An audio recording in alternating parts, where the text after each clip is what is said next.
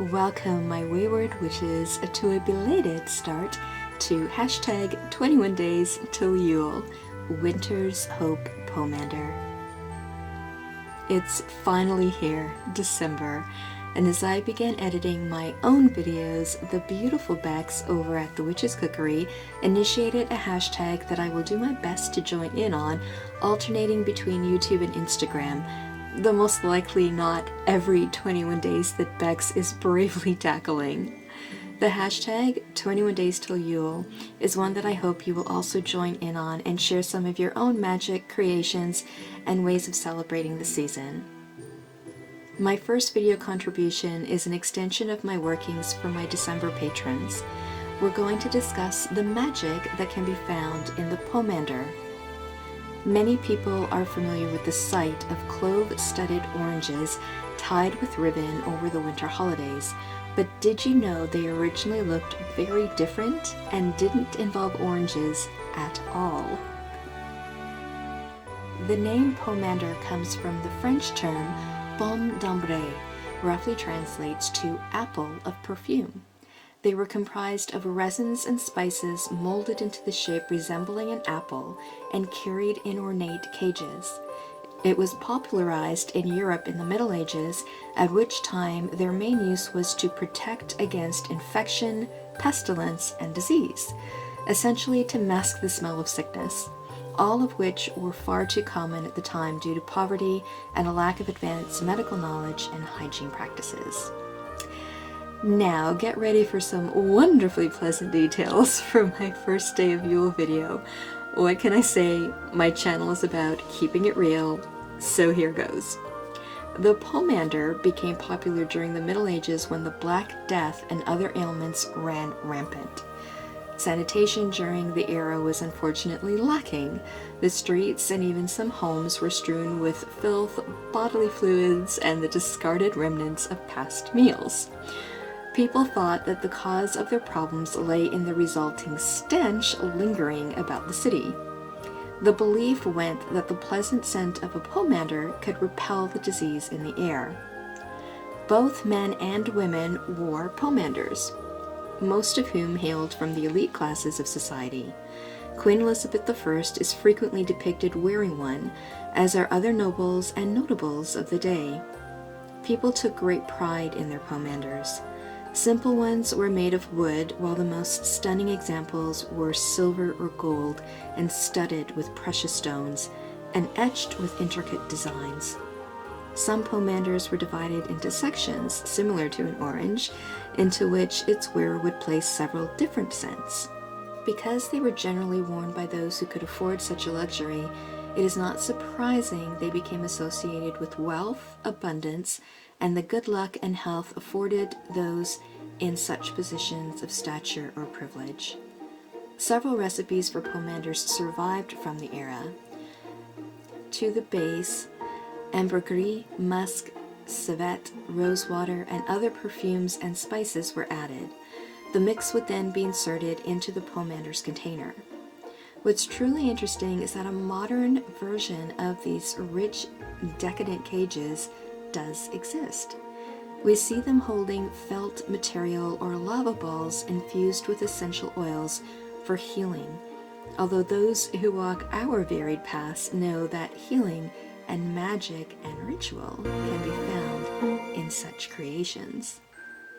A simpler version was also constructed using a clove-studded and spice-covered orange tied with a gold or red ribbon and sometimes anointed with oils. However, until our recent times, oranges were considered exotic imports, and finding one in your Yule stocking was a rare treat for most who simply could not afford it.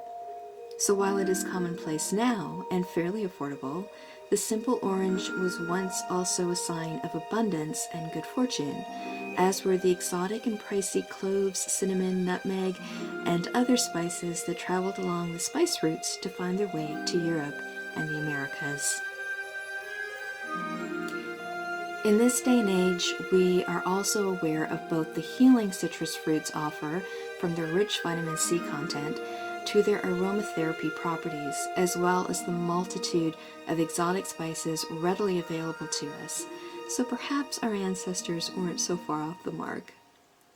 Today, pomanders still make great Yuletide gifts or wonderfully fragrant luck charms for the new year.